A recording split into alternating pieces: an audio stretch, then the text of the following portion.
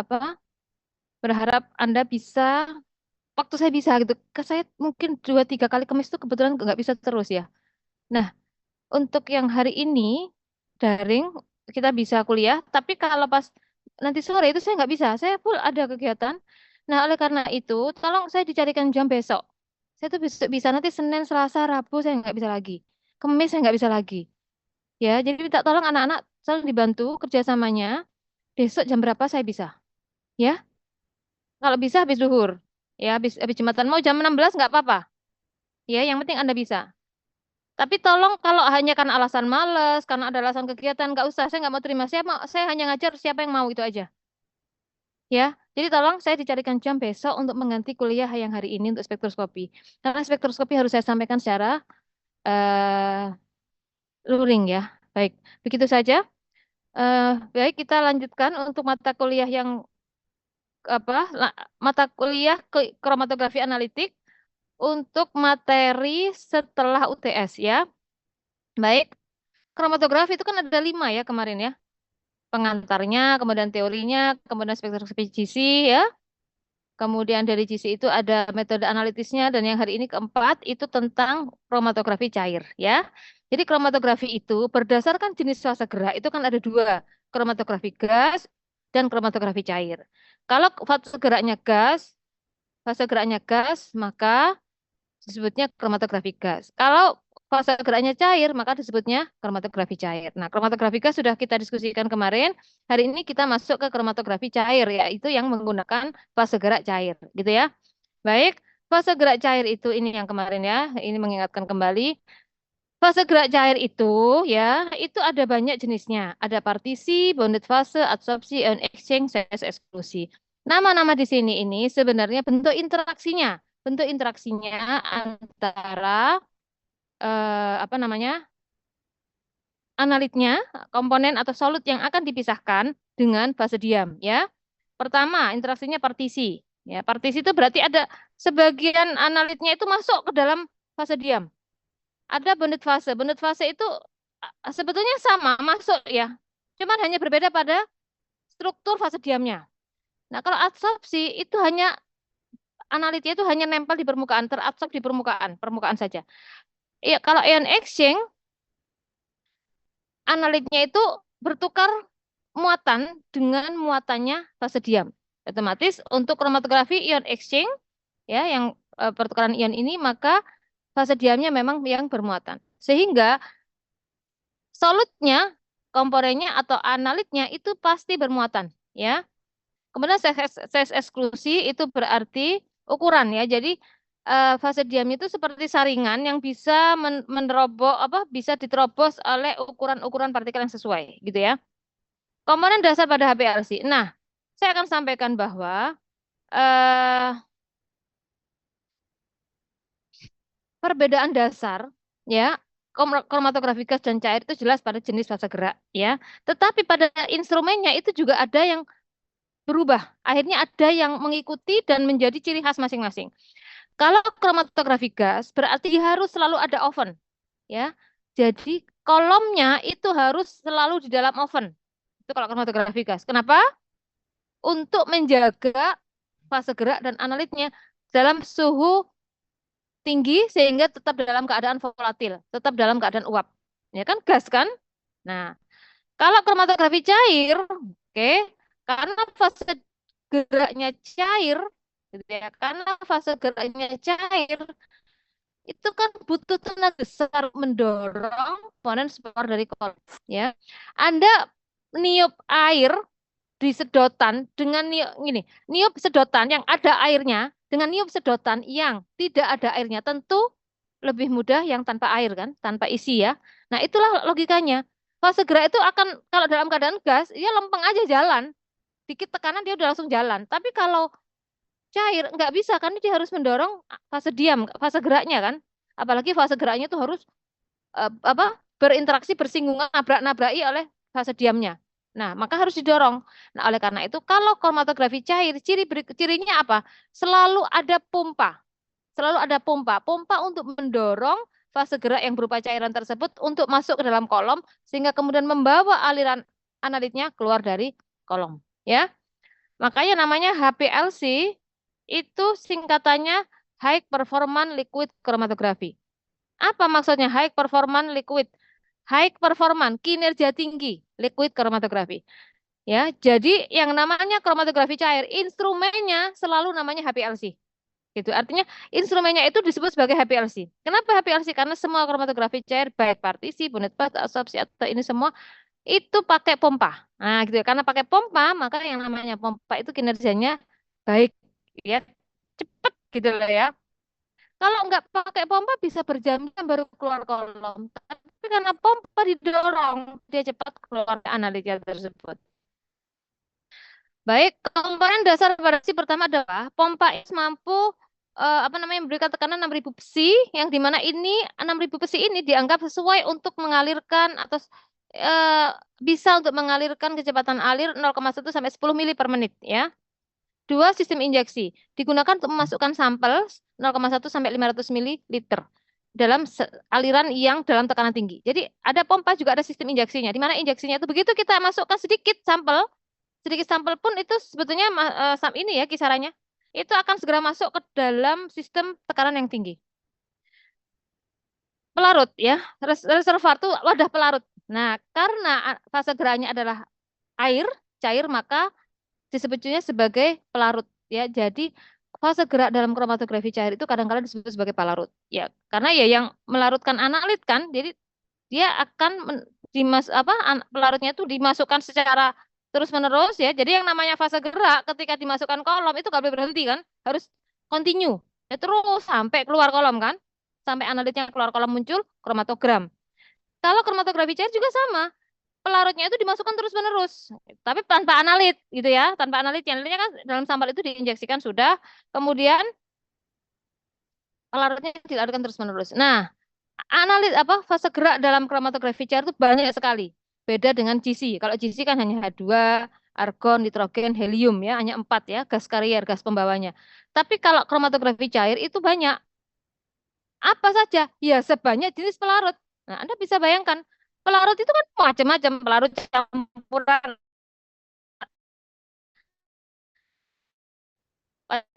etanol, pelarut 50% sudah larut. Nah, apa melarutkan itu bisa menjadikan fase gerak dalam kromatografi cair. Gitu ya. Kemudian kolom, ya jelas ya. Dalam semua kromatografi harus ada kolom dengan ukurannya kira-kira 10 sampai 30 cm panjangnya yang mengandung diameter 5 sampai 10 mikrometer. Banyak banyak model ya kolomnya yang tersedia. Ini tergantung kromatografi cair yang diinginkan. Mau yang mana? Nah, kolomnya macam-macam gitu ya. Artinya kalau macam-macam itu berarti kan fase diamnya juga macam-macam kan? Karena fase diam kan sudah pasti ada di dalam kolom. Ya, kita nggak bisa ngisi sendiri ya. Kalau ketika kita menentukan saya mau fase diam ini, maka berarti dia harus ganti kolom ya. Fase diam sudah terinclude dalam setiap kolom yang digunakan ya. Kemudian terakhir ada detektor. Detektor itu juga banyak tersedia untuk kromatografi cair ya. Ada detektor UV ya, Anda sudah belajar UV ya. IR ini yang insya Allah yang ingin saya sampaikan secara luring. Kemudian indeks refraktif atau fluoresensi, conductivity dan banyak macamnya. Dan yang paling sering digunakan adalah dioda ray. Ya, dioda ray itu sebetulnya prinsipnya seperti UV. Dia menggunakan alir eh, apa ini namanya? Paparan panjang gelombang ultraviolet visible ya. Nah, ini gambaran alatnya. Ini adalah tempat tabung pelarut. Kemudian ini ada yang ngatur ya sirkulasi ya, regulatornya. Dan masuk ke sini nih diatur, masuk, kemudian ini ada pompa, sedot gitu ya, diisap sedot terus masuk ke pompa, pompa didorong. Ini peredam pulsa, jadi nggak ada kecut. Artinya harus continue gitu, nggak boleh. Kalau di dalam ini gram itu gambar tuh nggak boleh gini, ini nggak boleh. Ya, kemudian masuk terus. Nah ini tempat eh, kalau ada yang nggak benar gitu ya dibuang lah gitu alirannya itu terus jalur. Terus ada filter. Filter itu penyaring ya. Terus kemudian terus sampai di sini. Nah, ini baru tempat injeksi sampel di sini ya. Tempat injeksi sampel di sini. Makanya ini sudah masuk aliran tinggi kan. Ketika diinjeksikan begitu langsung masuk kolom. Di sini terjadi proses pemisahan, ada interaksi, fase diam dan fase gerak. Kemudian menjelas sampai ke detektor. Nah ini pompa kira-kira. Pompa itu harus mampu biasanya tekanannya sampai 6.000 psi. Tapi saya yakin saat ini sudah berkembang. Jadi sudah banyak semakin banyak lagi, semakin tinggi tekanannya ya, tergantung bahan yang digunakan. Kemudian alirannya antara 0,1 sampai 10 mili per menit. Pompa itu harus mampu menekan pulsa. Ya, jadi dia harus punya sistem yang bisa menekan kejut gitu ya. Banyak pompa, banyak HPLC itu sampai ada 2 pompa yang digunakan sekaligus. Untuk apa? Untuk meminimalkan pulsa. Pulsa itu ya kejut tadi. Jadi kan harus continue, harus stabil. Tapi kalau tekanan tinggi rendah lagi, tekanan tinggi rendah itu nggak boleh. Jadi harus stabil gitu ya. Kira-kira seperti ini gambarnya. Ada peredam peredam pulsa juga ya. Aliran pengaliran aliran tekanannya. Kemudian harus tahan terhadap korosi ya, nggak boleh mudah ter tidak harus tahan terhadap korosi, gitu ya. Injeksinya ya, sistem injeksinya, nah ini sistem injeksinya itu berbeda dengan GC ya. Kalau GC itu kan seperti alat suntik ya, yang sudah praktikum seperti alat suntik diinjeksikan gini. Tapi kalau di mana kemudian ketika masuk injeksi ini sudah panas kan, sudah langsung teruap ya. Tapi kalau kromatografi cair, injeksinya itu kan seperti keran ya, loop itu seperti keran ya, keran ditarik gitu ya. Gini, kalau kromatografi gas, sampel yang diinjeksikan itu sangat sedikit ya, mungkin 0,1 mikro ya, Anda cek aja. Tapi kalau kromatografi cair itu lebih banyak, sampai 0,5 mili ya, itu banyak, 0,5 mili itu termasuk banyak. Karena biasanya kalau kalau gas itu GC itu kan kromatografi gas kan kecil banget ya. Nah, karena banyak, maka kan butuh gerakan yang serentak agar sampel yang banyak itu bisa masuk berbarengan ke dalam kolom. Harus bareng. Kenapa harus bareng? Untuk menghindari band broadening, untuk menghindari difusi massa, transfer apa? Difusi long eddy, difusi longitudinal dan transfer massa, ya, mencegah pelebaran pita. Ya kalau masuknya dikit-dikit gitu kan nanti nggak ya harus bareng ya. Nanti kalau dikit terpisahkan masuk lagi ya. Ini peaknya ya jelek gitu ya. Harusnya kan runcing kayak gunung gini kan. Nah, seperti itulah. Untuk mengatasi itu maka dilakukanlah dengan model loop. Jadi kayak ditarik tuasnya gitu langsung masuk barengan semua gitu ya. Diinjeksikan dulu tapi nggak langsung masuk, dikunci dulu loopnya, begitu ditarik langsung masuk semua berbarengan. Gitu ya. Nah, detektornya ada banyak ya. Detektor itu ada dua, detektor umum dan detektor khusus. Detektor umum itu, detektor umum itu biasanya, sebentar ya, sebentar. Ya, detektor umum itu biasanya cocok untuk eh, senyawa yang banyak mengandung analit. Misalkan sampel, menganalisis sampel eh, apa nih? Protein. Nah, sampel protein itu kan terdiri dari banyak asam amino ya. Misalkan protein susu atau protein hewani apa gitu ya. Itu kan banyak asam amino. Nah, kalau banyak analitnya, maka bisa menggunakan detektor umum. Jadi, ini asam amino lisin, glisin, fenilalanin, triptofan. Apa ini? Harus gimana pola serapan apa? Kromatogramnya. Nah, itu menggunakan detektor umum ya. Ada lagi detektor spesifik. Untuk merespon beberapa detektor spesifik itu biasanya untuk apa namanya beberapa ini sih. Kalau detektor spesifik itu khusus untuk merespon analit. Jadi dia tidak apa tidak dipengaruhi oleh fase geraknya. Nanti kita contohkan ya. Terakhir itu detektor yang apa namanya detektor yang tertandem ya sudah di setting LC-MS. Jadi detektornya adalah detektor MS ya.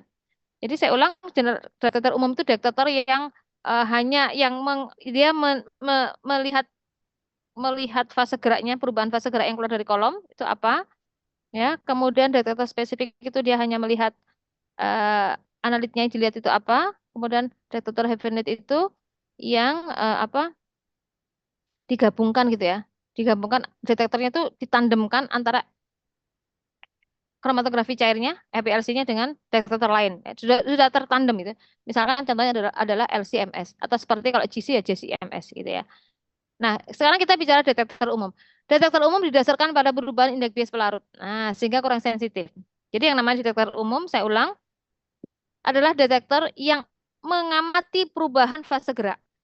ya, mengamati perubahan fase gerak. Jadi yang dilihat keluar dari kolom oleh detektornya itu keadaan fase geraknya. Dia nggak peduli fase diamnya apa, gitu ya.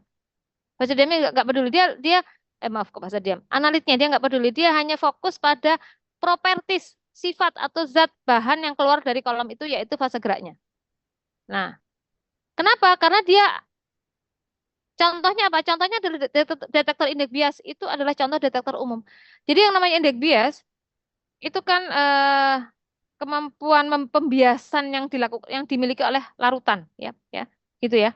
Nah, kalau larutannya itu terdiri dari solut-solut yang berbeda, tentu indeks biasnya berbeda kan. Maka kromatografi cair yang menggunakan detektor indeks bias, maka dia akan melihat berapa indeks bias dari fase gerak yang keluar dari kolom, gitu ya.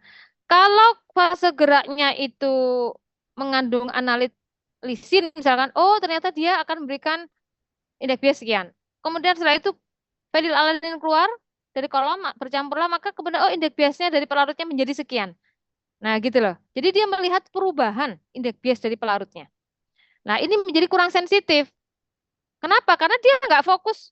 Pokoknya dia hanya memfokus pada indeks bias detektornya ini, nggak memperhatikan analitnya apa. Nah ini tidak sesuai untuk elusi bergradien. Elusi bergradien itu kemarin sudah belum ya? Elusi bergradien itu kan pelarutnya itu kan diganti-ganti selama proses pemisahan. Selama elusi, selama proses running itu pada menit kesekian saya gunakan pelarut atau fase gerak X. Pada menit kesekian saya ganti fase geraknya Y. Pada menit kesekian saya ganti pelarutnya apa fase geraknya Z. Itu kan bisa diatur. Jadi memang disediakan banyak tabung fase gerak yang berbeda ya.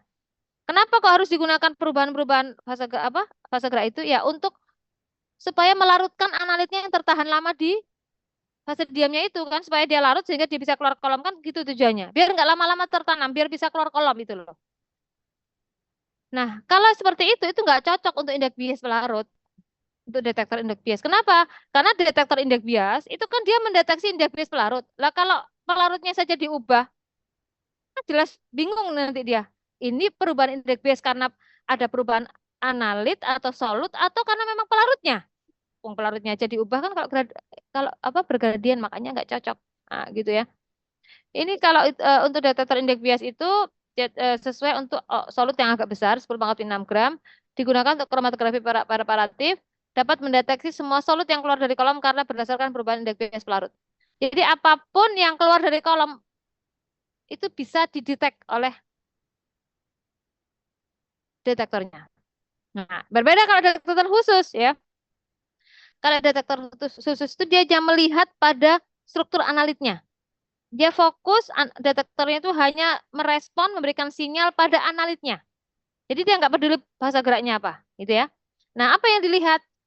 Yaitu strukturnya. Ya apa? Nah, kalau strukturnya yang biasa digunakan adalah struktur dengan melihat serapan dari analitnya. Makanya kalau contoh detektor khusus itu contohnya ya detektor UV. Jadi UV yang Anda pelajari di spektroskopi itu bisa digunakan sebagai detektor dalam LC. Ya, bagaimana analit yang keluar dari kolom, analit yang keluar dari kolom, kalau dia punya kemampuan menyerap radiasi elektromagnetik, maka dia akan memberikan serapan ketika ada paparan sinar yang langsung menyinari pada ujung kolom. Jadi begitu analit itu keluar kolom, masuk ke apa? Sebagian alat, langsung di situ ada paparan UV. Nanti kemudian analitnya akan menyerap. Nah, Anda sudah tahu hukum Lambert-Beer kan? Tentu saja kalau serapannya besar berarti konsentrasinya tinggi ya gitu loh. Dia menyerapnya pada panjang gelombang berapa? Oh, panjang gelombangnya sekian. Berarti kan senyawanya tertentu kan? Mengarah pada oh senyawa ini, dia punya gugus fungsi ini. Gitu kan? Kalau UV. Nah, seperti itu. Ini cocok untuk solut yang sangat rendah. Jadi paham ya kalau detektor umum itu contohnya detektor indeks bias dia hanya melihat perubahan pelarut. Tapi kalau detektor khusus itu contohnya detektor UV dia hanya melihat komposisi atau struktur dari molekulnya ya. Ini dapat mendeteksi solut sampai 10⁻9 gram agak kecil untuk analisis rutin dengan solut yang runut. Nah, cocok untuk analit yang kecil yang konsentrasi rendah ya. Hanya tepat untuk mendeteksi solut yang memiliki sifat optis dapat menyerap dan menyerap panjang gelombang UV. Otomatis detektor khusus hanya senyawa yang mampu menyerap UV gitu loh. UV ya, UV-nya sampai daerahnya agak-agak ke visible ya, tapi nggak sampai 700, biasanya 600 gitu ya. Nah, ini contohnya ya, detektor indeks bias itu ya detektor khusus ya, detektor absorbansi ini ya. Ini intinya ini. Atau jadi gini, saya jelaskan saja. Contohnya adalah ada sumber sinar UV yang datang ya dengan sebuah monokromator sama ya. Kemudian di situ akan dipilih oleh kita analisnya ini mau panjang gelombang berapa. Oh, sampel saya itu dia menyerap pada panjang gelombang 300 misalkan. Maka kita akan setting panjang gelombang yang 300 itu keluar. Hanya panjang gelombang 300. Kemudian eh, paparan sunyi dimasukkan. Ini adalah mana kolomnya ya? Ini dari kolom ya. Ini ujung kolom di sini masuk. Nah, terus ada ketika di sini ada apa? Pelarut dan analit, maka kemudian akan terjadi serapan. Ketika panjang gelombang itu dipaparkan, maka seolah-olah aliran itu berhenti. Aliran dari ini untuk memberikan kesempatan yang cukup bagi analitnya supaya dia mampu menyerap UV gitu. Ini juga mungkin memungkinkan dengan menggunakan panjang gelombang IR. Nah, ini belum saya terangkan ya. Ya, ini yang dioda array tadi. Dioda array itu dia bisa scanning. Scanning itu maksudnya kita bisa memaparkan sekian rentang panjang gelombang gitu. Jadi dia ini banyak banyak yang kita analisiskan dengan kromatografi, kita nggak tahu dia menyerap di panjang gelombang berapa gitu ya. Nah, maka itu bisa kita gunakan dioda array. Jadi dia mampu memberikan apa? Pecahan-pecahan sangat banyak barengan gitu. Nanti dia akan menyerap di panjang gelombang berapa. Nah, gitu kira-kira. Baca sendiri ya. Kira-kira jalannya begitu. Nah, ini detektor dari HPLC. Kira-kira ya ada detektor apa namanya? Ada detektor indeks bias, ada detektor UV ya. Nah, ini kolomnya. Kolom itu harus mampu dioperasikan kolom itu harus mampu dioperasikan pada tekanan tinggi dan biasanya terbuat dari logam ya. Ukurannya 10 sampai 30 cm, panjangnya 10 sampai 30 cm. Ini termasuk pendek ya. Kalau kalau apa? GC itu kan panjang banget sampai 100 ya, sampai 30 meter ya, panjang sekali ya. Diameternya 1 sampai 3, mengandung bahan packing material yang di mana materialnya ini mampu menahan menahan fase diam ya. Jadi kolom itu harus bagian dalamnya harus mampu ditempeli fase diam gitu kira-kira ya. Nah, itu banyak banyak tipenya. Biasanya materialnya itu 10 sampai 5 sampai 10 meter. Jadi di bagian dalamnya itu ada tempelan apa ditempeli oleh fase diam ya. Kemudian kadangkala setelah kolom itu ada jadi ini masuknya. Ini masuk entran ya, masuknya analit. Sebelum masuk ke kolom utama, main kolom ini itu dia ada melewati analitnya itu masuk melewati kolom guard atau kolom pengaman ya. Apa maksudnya? Menyaring dulu supaya yang masuk ke sini itu sudah dalam keadaan bersih atau sudah terfilter ya. Jenis-jenis kromatografi cair itu kromatografi cair-cair ini yang tadi ya. Sekarang ada kromatografi bonded fase, ada kromatografi padat cair atau absorpsi, ada kromatografi pertukaran ion, ada kromatografi sesi eksklusi. Sampai sini ditanyakan sampai ke ini yang saya terangkan tadi bagian-bagian alat ya. Ini tinggal baca aja, gampang kok. Baik, ini saya lanjutkan sekarang ya. Kalau ada pertanyaan nggak nih? Ada pertanyaan? Saya jam 8 tuh harus sudah berpindah tempat ya. Saya agak, saya mohon maaf agak padat banget ini saya jadwal saya. Jadi kemarin anak Hima minta saya ngisi, aduh nggak bisa kayaknya. Ini besok saya Sabtu pagi ke Palembang sampai hari Senin, nanti terus lanjut ke Jambi, Surabaya. Jadi otomatis memang semester ini saya nggak banyak ngajarnya, alhamdulillah dibantu Bu Gita. Tapi untuk yang saya pegang sendiri, yang saya ngajar sendiri kan hanya kromatografi sama spektroskopi. Nah ini ya itu tadi kalau kromatografi itu masih bisa disampaikan secara online karena nggak terlalu sulit ya. Tapi kalau spektroskopi saya harus sampaikan secara penjelasan di kelas ya biar membantu mahasiswa. Kalau zaman COVID disampaikan dengan apa namanya eh online ya bisa sih, bisa juga ya. Wong COVID juga saya ngajar anak-anak 2020 itu kan eranya COVID itu pada online semua ya. Tapi sebaiknya kalau terpaksa memang harus online, tapi sebaiknya saya masih berharap bisa Offline ya ajarnya. Baik, jenis-jenis kromatografi CR ada 5 ya. Ini yang sudah saya terangkan di depan. Ini.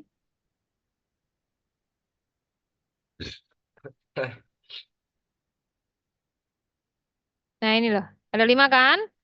Ini ya, biar Anda nyambung. Ini apa sih yang tadi, ini sekarang saya terangkan lagi. Ini 5 itu ini rinciannya. Nih saya masukkan lagi satu-satu sekarang, saya jelaskan.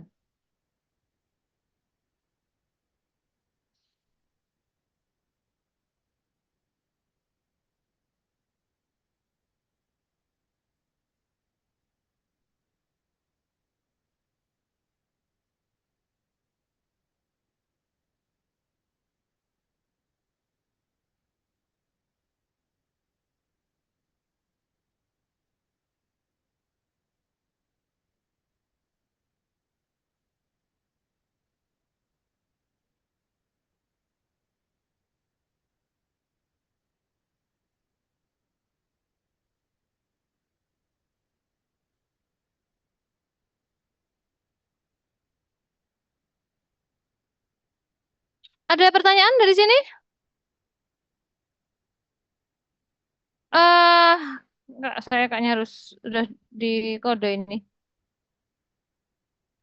Ada pertanyaan? Kalau nggak ada, saya akhiri dulu ya. Tidak, Bu. Aduh, sudah.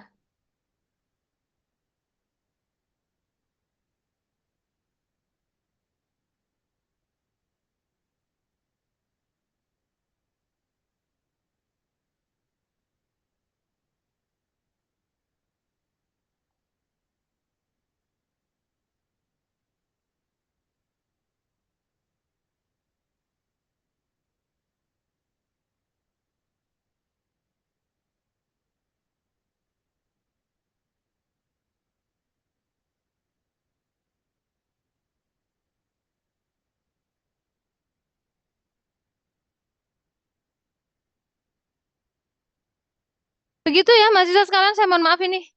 Eh, kayaknya harus saya akhiri dulu. Ini sudah siap, tinggal berangkat lagi saya habis ini. Ada pertanyaan dulu?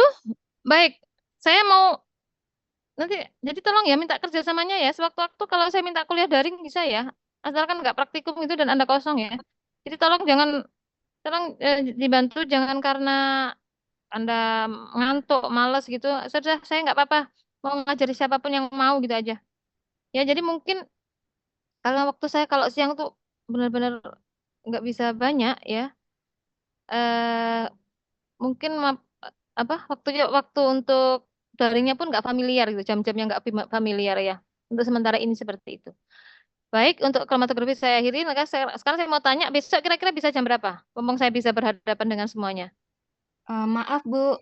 Untuk besok kelas A, sebagian tuh setelah zuhur ada praktikum, Bu. Terus, habis zuhur Kalau kan? iya, habis Nah, zuhur, terus kalau sudah. kelas B bisa. Oh, berarti saya kuliah jam setengah 4, belum selesai praktikumnya. Siapa sih praktikumnya? Nanti tak tanya dosen pengampunya. Siapa praktikum? Praktikum apa? Kinetika, Bu. Pak Darlin dah. Pak Darlin ya? Nggih, nggih. Bisa kayaknya. Setengah 4 ya sementara ya. Setengah 4 ya. Tak telepon Pak Darlin. Tak tanya.